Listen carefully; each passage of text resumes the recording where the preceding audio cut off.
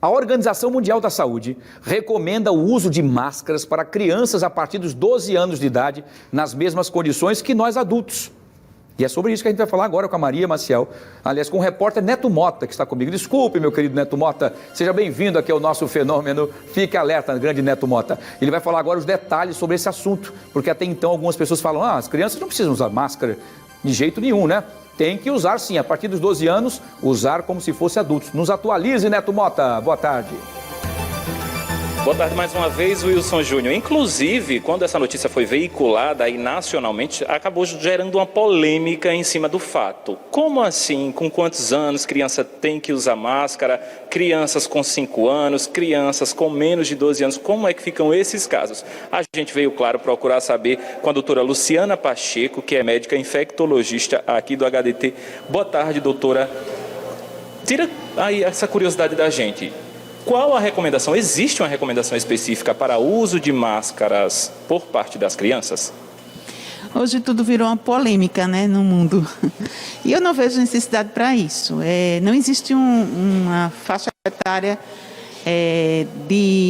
que precise usar máscara ou que se a partir daí ou abaixo dessa idade de 12 anos ela é prejudicial. Não é essa a questão.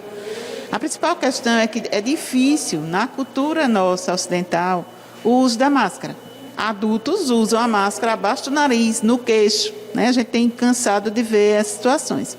Não é para a gente vamos dizer assim, um objeto que a gente use com prazer e nem com facilidade, mesmo os adultos.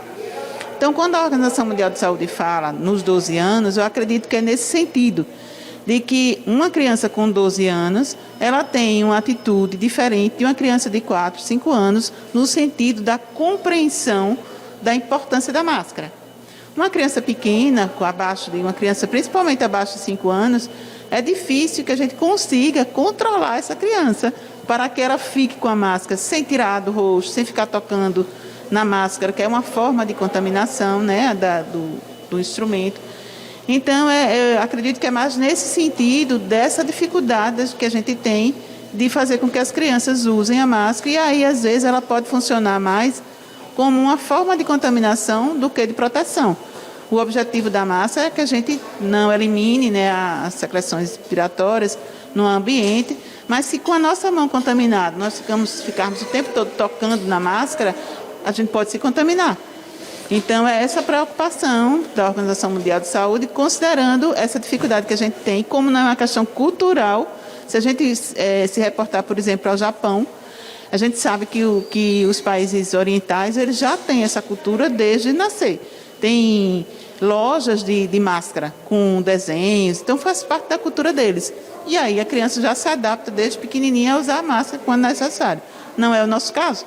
A gente usa máscara aqui dentro do hospital, não é nossa prática, mas nem outros colegas, outras especialidades têm essa rotina no seu dia a dia. E assim vai também para a população de maneira geral, principalmente crianças. Doutora, aproveitando que a gente está falando do público infantil, as crianças são mais resistentes ao coronavírus, o que é que acontece no caso delas? Não, as crianças elas não são mais resistentes, elas se infectam também com o coronavírus. O que a gente tem observado é uma diminuição, considerando com adulto, de casos clínicos determinados, assim, pneumonia e tal. Mesmo assim, mais recentemente, estão aparecendo casos com uma síndrome mais grave, que é uma síndrome que sugere até uma doença que já existe normalmente, que é o Kawasaki. Não é uma doença comum, mas é uma doença que acontece também na raça asiática com mais frequência. E o paciente pode ter manchas no corpo, pode ter complicações cardiológicas. E essa síndrome também está aparecendo agora nas crianças. Claro que não é toda criança que vai ter isso, é a minoria.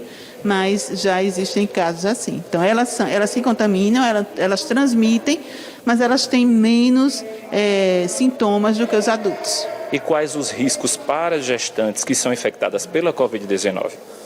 Os mesmos riscos da população geral. A gente não vê a gestação como um fator de risco maior para a gravidade.